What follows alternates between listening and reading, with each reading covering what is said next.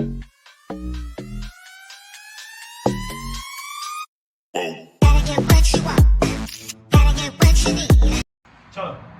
घड़ी दो डेप्रिसिएशन, ठीक है। इसका दूसरा नाम है डिप्रेशन, ठीक। इसका दूसरा नाम डिप्रेशन इसलिए है क्योंकि इस चैप्टर में बहुत सारा लॉजिक है, साथ में बहुत सारा कैलकुलेशन भी है, ठीक है, और साथ में बहुत सारा अकाउंटिंग भी है। जैसे हम लोग चैप्टर वहीं पढ़े BRS, वहाँ पे अकाउंटिंग नहीं था। हम लोग ट्रायल बस की, वहाँ पे अकाउंटिंग नहीं था। यहाँ पे भर भर के अकाउंटिंग है, ठीक है, और भर भर के कॉन्सेप्ट है, ठीक। दूसरा बात, ये चैप्टर को 12 में काम आने वाला है, डायरेक्ट नहीं इनडायरेक्ट में भी, ठीक है। तो आज हम बात कर रहे हैं 11th का एक इंपॉर्टेंट टॉपिक जो बोलते हैं डेप्रिसिएशन। हिंदी में इसका मतलब क्या होता है? ह्रास। क्या होता है? ह्रास। सिंपल लॉजिक है, ठीक है। इस हम जब कोई भी चीज खरीदते हैं ना, तो खरीदने के 4 महीना, 6 महीना, साल भर, 2 साल, 3 साल के बाद उस चीज का वो सेम महत्व नहीं होता, ठीक है। जैसे आज हम किसी के पीछे मंडरा रहे हैं, या कोई मेरे पीछे मंडरा रही है, ज्यादा चलेगा, ठीक है, हम क्या मतलब है ना, कोई मेरे पीछे मंडरा रही है। अब वो तब तक मंडराएगी जब तक उसको मेरा कांटेक्ट नहीं मिल जाए, इंस्टाग्राम आईडी नहीं मिल जाए, ठीक है। तो एक बार कांटेक्ट मिल गया इंस्टाग्राम आईडी में, फिर थोड़ा शांत होता है, अच्छा ठीक, ये लेवल अचीव हो गया, दूसरा लेवल बताए। तो मतलब क्या हुआ कि सर एक बार किसी असेट को जब हम खरीद लिए, उसको हम कुछ दिन तक यूज कर लिए, ठीक है। अब जितना हम उसको खरीदे थे, हमको उसको बेचने का उतना ही वैल्यू नहीं मिलने वाला है, ठीक है। जैसे हम मान लीजिए ये खरीदे सर, ठीक है, ये हम खरीदे 12,000, ठीक है। आज इसको हम बेचेंगे तो हमको 12,000 मिलेगा? नहीं मिलेगा। क्या मिलेगा? भाई आप इसको यूज किए, हम यूज किए तो क्या समझना, ठीक है ना, है क्या? नहीं, समय भी तो बीत गया। तो 12,000 से इसका वैल्यू आज के डेट में 8,000 हो गया, तो 4,000 कहाँ गया? तो ये अकाउंट्स का नहीं सर, ये लॉजिक का चैप्टर है, ये आपको रियल लाइफ में देखने मिलेगा, ठीक है। इसलिए कहते हैं हम लोग कि अकाउंट जो है ना, साइंस से ज्यादा प्रैक्टिकल है। अब यही हमको एक प्रूफ करना रहता है, तो हमको में केमिस्ट्री लैब में जाना पड़ता है, वहीं से टुनटुना ही लाना पड़ता है कि देख होगा ब्राउन से ब्लैक हो गया, ठीक है। यहाँ कुछ नहीं पड़ा, ऐसे उठाए, बताएं और दिखा दिए प्रूफ, ठीक है। तो इसका मतलब अकाउंट्स ज्यादा अच्छा है, ठीक है। साइंस में कोई फायदा नहीं है, फॉर्मूला नहीं, ठीक से पढ़। I play video game every day. It is not a formula. Check your eye. ठीक है? तो डेप्रिसिएशन मतलब क्या हो गया कि सर किसी भी असेट्स के वैल्यू का कम होना, उसको क्या बोलेंगे? डेप्रिसिएशन। तो सर वैल्यू कम क्यों होगा? तो क्योंकि आप याद आ रही है, डेप्रिसिएट हो गई, तो देखो अच्छा से, ठीक है। चले गई वो, तुम नहीं कोई और सही, कोई और नहीं, कोई और सही, ठीक है। तो कोई ना कोई सही रहेगी, ठीक है। तो मतलब क्या हुआ सर कि हम जब कोई एसेट खरीदे और खरीदे और उसको यूज किए, कुछ टाइम में रखे, उसका वैल्यू क्या हो गया? कम। तो आपके दिमाग में एक आइडिया बन गया सर कि डेप्रिसिएशन का चक्कर क्या है सर? यूज और टाइम से, ठीक है। कि कोई भी एसेट हम खरीदते हैं, यूज करते हैं, तो उसका वैल्यू क्या होता है? कम होता है। उस वैल्यू को हम क्या बोलते हैं? डेप्रिसिएशन। अब जब तुम प्रैक्टिकली सोचो, अकाउंट्स को बोली मानो, कॉन्सेप्ट बोल रहे, प्रैक्टिकली सोचो। मान लो जब हम ये खरीदे सर 12,000 में, अब अपने दिमाग में ये बना के चल रहे हैं कि आज से हमको इसको 6 महीने बाद बेचना है, तो हमको 12,000 मिल जाएगा, तो गलत बात है ना। मतलब हम बेवजह खुशी में रहेंगे कि अरे बेचें तो ही 12,000 मिलेगा, नहीं भैया, वैल्यू आपको क्या मिलेगा? कम मिलेगा, ठीक है। इसीलिए जब बिजनेस आपका बड़ा होता है, आप बड़ा कंपनी खोलते हो ना, तो आप अपना एसेट्स को डेप्रिशिएट करते हो। रीजन क्या है सर? 2 फायदा। पहला फायदा क्या है? आपको इनकम टैक्स में रिलीफ मिलेगा। क्या मिलेगा? रिलीफ, ठीक है। दूसरा फायदा कि आप नया मशीन खरीदने के लिए अलग से एक फंड तैयार कर रहे हैं। क्या कर रहे हैं? अलग से एक फंड रेडी कर रहे हैं। तो उससे क्या फायदा होगा सर? तो जब हमको वो मशीन खरीदना होगा, तो मेरे पास ऑलरेडी एक कैश बैलेंस पड़ा हुआ है, जिसको हम इस पर्टिकुलर काम के लिए यूज कर सकते हैं। मतलब तुम्हारा अभी का वर्किंग कैपिटल अफेक्टेड नहीं होगा। जैसे तुम लोग एज में क्या होता है सर? जनवरी आ गया है, अगला महीना फरवरी का है, तो जनवरी से पैसा थोड़ा जोड़ना चालू करेंगे ना। फरवरी में क्या है? देखो आ गया जवाब, ठीक है। तो 14 फरवरी के तरफ मुझे लग गया 14 फरवरी में, कोई बात नहीं, तुम 14 नवंबर बनाना, ठीक है। तो क्या हुआ सर? बहुत लोग क्या किया, जनवरी से ही कुछ पैसा जोड़ना चालू कर दिया। काय के लिए कि फरवरी आ रहा है, पूरा लंबा सप्ताह चलेगा, टेडी देना होगा, रोज देना होगा, कुछ ना कुछ देते रहना पड़ेगा, तो पैसा चाहिए ना उसके लिए। तो पहले से ही फंड बना लिया, अरे सब घाट का पानी पिए हम, इसीलिए सब आइडिया है हमको, ठीक। तो पहले से हम क्या किया, फंड बना करके, तो उससे क्या होगा कि फरवरी जो पैसा है वो मेरा पैसा अफेक्टेड वो मार्च में यूज कर लेंगे। तो डेप्शन बनाने का मेरे रीजन यही होता है सर कि असेट्स का वैल्यू बहुत ज्यादा हो। अरे काहे मुंह लटकाए हुए बैगन की तरह, आई कोई बात खोल दे, अपने को खोल देते हैं हम लोग, अजब देवदास की तरह बैठा हुआ है, तू भी सामने में, सारा पूरा कॉन्सेप्ट भूल जाएंगे हम, ठीक है। कहाँ थे भाई हम, कहाँ थे बोल रहे, कर सकते हैं हाँ सर, उसको रिलीज कर सकते हैं सर, ठीक से बाइट, ठीक है। हाँ तो ये क्या है कि जब नया पहले से फंड बना हुआ इसको यूज कर सकते हैं। तो यही रीजन डेप्शन को बनाने का।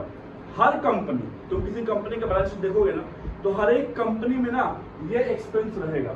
फायदा क्या है सर, ये नॉन कैश एक्सपेंस है, मतलब बाकी एक्सपेंस आपको पे करना पड़ेगा, तब आप दिखाएंगे। ये आपको पे वे नहीं करना, आप इसके नाम में सीधे पैसा क्या कर लीजिए ना, घटा लीजिए। इसको बोलते हैं लोग डेप्शन इज नॉन कैश एक्सपेंस, ठीक है। लिख लीजिएगा कि depreciation is a non cash expense, depreciation is a non cash expense, is a non cash expense, मतलब ऐसा खर्चा है जो कैश में नहीं होता है, ठीक है। अब जैसे हर किसी का दो नाम होता है, स्कूल का नाम आदित्य तो घर का नाम छोटू, नहीं गोलू है, लंबू का नाम है गोलू, बोलू सर, ऐसा बोलना है, गोलू, ऐसा बोलना। अच्छा आप बोला नहीं है, ठीक है। तो वैसे ही डेप्शन का 2-3 नाम है सर, ठीक है। तो क्या बोले हम, डेप्शन नॉन कैश एक्सपेंस, ठीक है। जैसे हम बोल रहे थे कि हर एक चीज का 2-3 नाम है, वैसे ही डेप्शन का भी 2-3 नाम है। एक डेप्रिसिएशन हो गया, दूसरा लिखिएगा डिप्लीशन, डिप्रेशन, डिप्रेशन नहीं, डिप्लीशन, DEPELETION, DEPELETION, डिप्लीशन, ठीक है। तीसरा है एमोर्टाइजेशन, एमोर्टाइजेशन, AMORTIZATION, एमोर्टाइजेशन, ठीक है। आपको हम पढ़ाएं सर कि असेट आपका 2-3 टाइप का होता है ना, ठीक। सर एक होता है फिक्स्ड और एक क्या होता है करंट। अब फिक्स्ड का भी 3 टाइप है सर, ठीक है। एक होता है टेंजिबल, एक क्या होता है, और एक होता है नेचुरल एसेट, क्या होता है, या इसको हम बोलते हैं वेस्टिंग एसेट। टेंजिबल में क्या है छोटी, फिजिकल एग्जिस्टेंस, जैसे कि बिल्डिंग, जैसे कि प्लांट और मशीन, ठीक है। यहाँ देख रहे, वहां का देख रही है। इंटेरियर में क्या आएगा सर, गुडविल, जैसे कि पेटेंट, ये सी भोरा वाला, कॉपीराइट वाला है, ठीक है। सर्विस, नेचुरल में क्या आता है सर, यहाँ आता है कोल माइन, ठीक है, या डायमंड माइन जो भी है, या कोई रिजर्वायर, ठीक है। मतलब क्या होगा बात में ये जानना को बात हम लोग 3 टर्म पढ़े सर, डेप्रिसिएशन, डिप्लीशन, अमोर्टाइजेशन। तो जब आपके फिक्स्ड टेंजिबल एसेट्स का वैल्यू कम होगा उसको आप क्या बोलेंगे सर, डेप्रिसिएशन, क्या बोलेंगे। तो डेप्रिसिएशन माने क्या हो गया, लिखिएगा डेप्रिसिएशन का मतलब reduction in the value of fixed tangible asset, depreciation में reduction in the value of fixed tangible assets,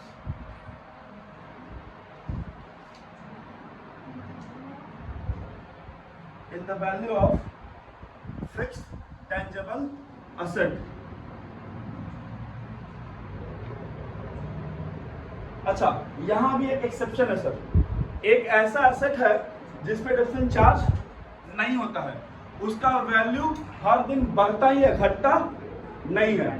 land, land in the only fixed asset जिस पर डेप्रिसिएशन चार्ज नहीं होगा, ठीक है।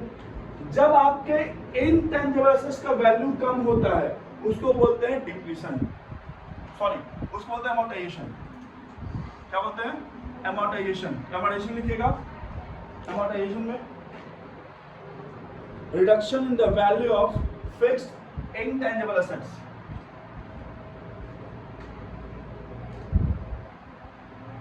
Reduction in the value of fixed intangible assets.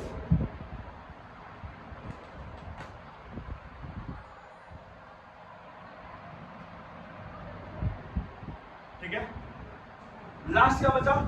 Wasting asset. जैसे आप देखे होंगे केजीएफ, उसमें बोलता है ना कि माइन नंबर 9 क्यों नहीं खुला है, बोला उसमें पानी भर के 3, हाँ पानी भर के बंद हो गया, ठीक है। या भी एक मूवी आया अक्षय कुमार का रानीगंज करके, उसमें दिखाया गया है कि कोल माइन में पानी भर गया और क्या हो गए थे, फंस गए थे, ठीक है, फंस के जो भी हो गया, ठीक है। तो जब आप कोल क्या है, नेचुरल रिसोर्स है ना, तो जहां से आप माइन निकाल रहे हो, कोल निकाल रहे हो खोद खोद, तो वहां का जमीन क्या होता है, खराब होता जाता है। हो सकता है एक ऐसा टाइम है वो जमीन अपने में क्या हो जाए, धंस जाए, ठीक है, टूट जाए, तो उसके लिए हम क्या यूज करते हैं सर, डिप्लीशन। वर्ड क्या यूज करते हैं, डिप्लीशन। हाँ, reduction in value of natural और wasting asset, reduction in the value of और वेस्टिंग एसेट।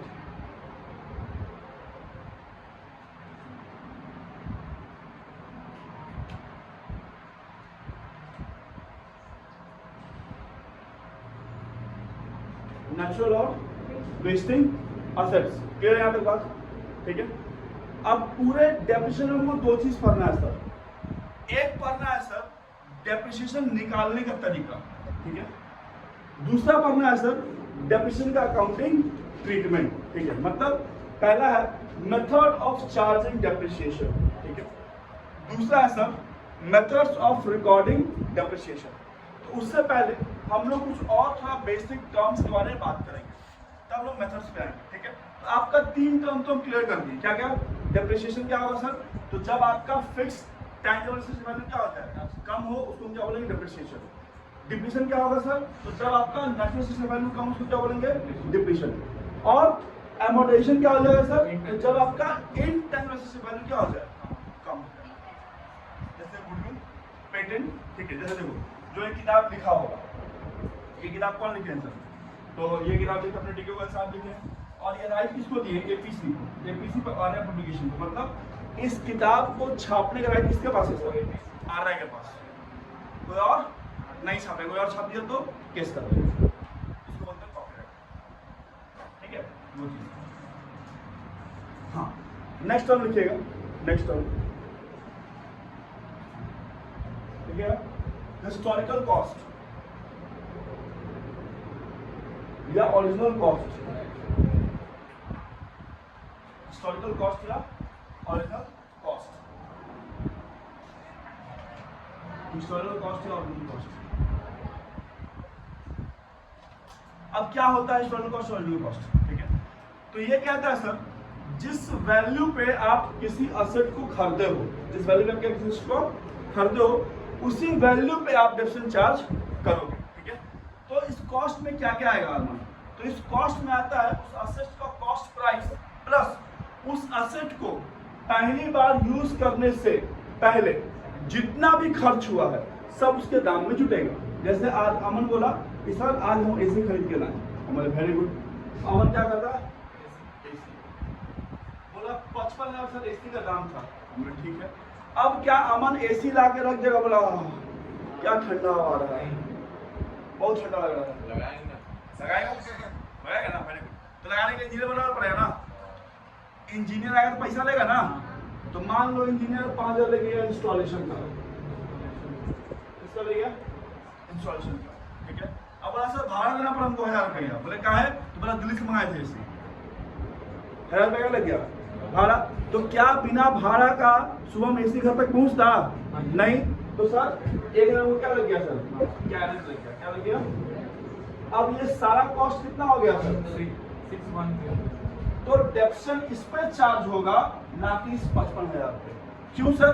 इस एसी को पहली बार यूज करने से पहले कितना पॉकेट से निकल गया? 61,000। तो आपका कॉस्ट कितना बना? तो आपका जो ओरिजिनल कॉस्ट है, इंस्टॉल कॉस्ट कितना? 61,000।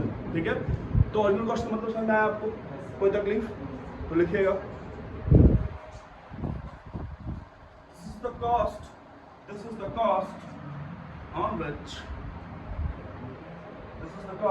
which depreciation is charged. This is the cost on which depreciation is charged. Full stop. It includes cost price of the asset. It includes cost price of the asset plus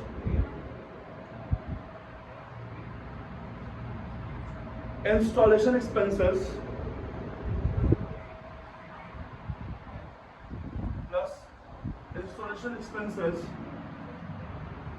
and other expenses incurred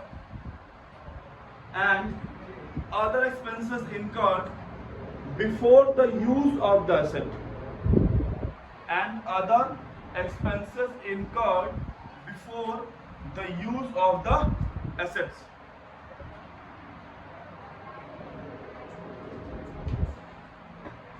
ठीक है, मतलब क्या होगा sir? इसमें क्या क्या आएगा sir? तो इसमें क्या आएगा सर? असेट्स का दाम, इंस्टॉलेशन चार्जेस या हर वो खर्च जो उस असेट्स को पहली बार यूज करने से पहले हम इनकम किए। ठीक है, नेक्स्ट लिखिएगा इकोनॉमिक लाइफ।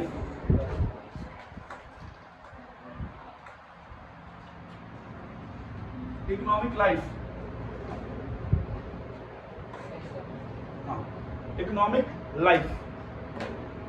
अब हर असेट्स का अपना अपना इकोनॉमिक लाइफ होता है। हर चीज का अपना अपना इकोनॉमिक लाइफ होता है। इकोनॉमिक लाइफ मतलब क्या कि सर उतने टाइम के लिए असेट्स आपको बेस्ट यूटिलाइजेशन देगा, मतलब जो आप खर्च करें उसका आपको आउटपुट क्या मिलेगा? अच्छा मिलेगा।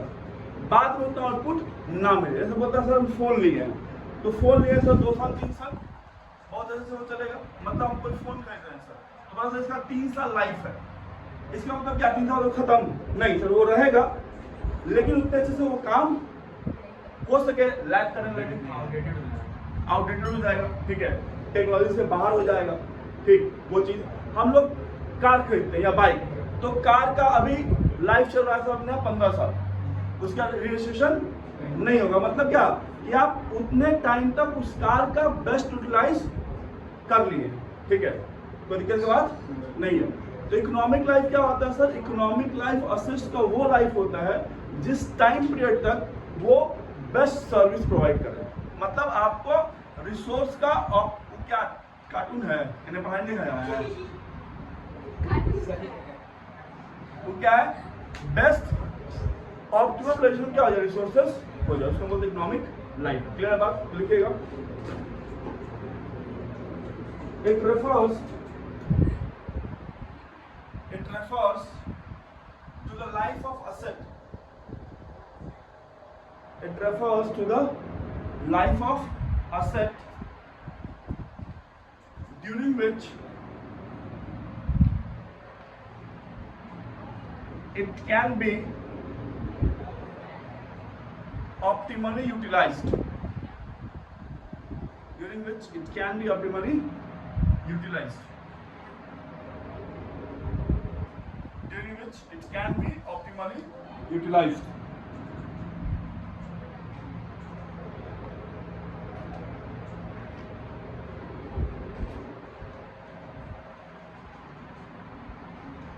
ठीक है, तो अगर वीडियो अच्छा लग रहा होगा, समझ में आ रहा होगा, तो लाइक से सब्सक्राइब कर दीजिएगा। अगले पार्ट में लोग पढ़ेंगे मेथड्स ऑफ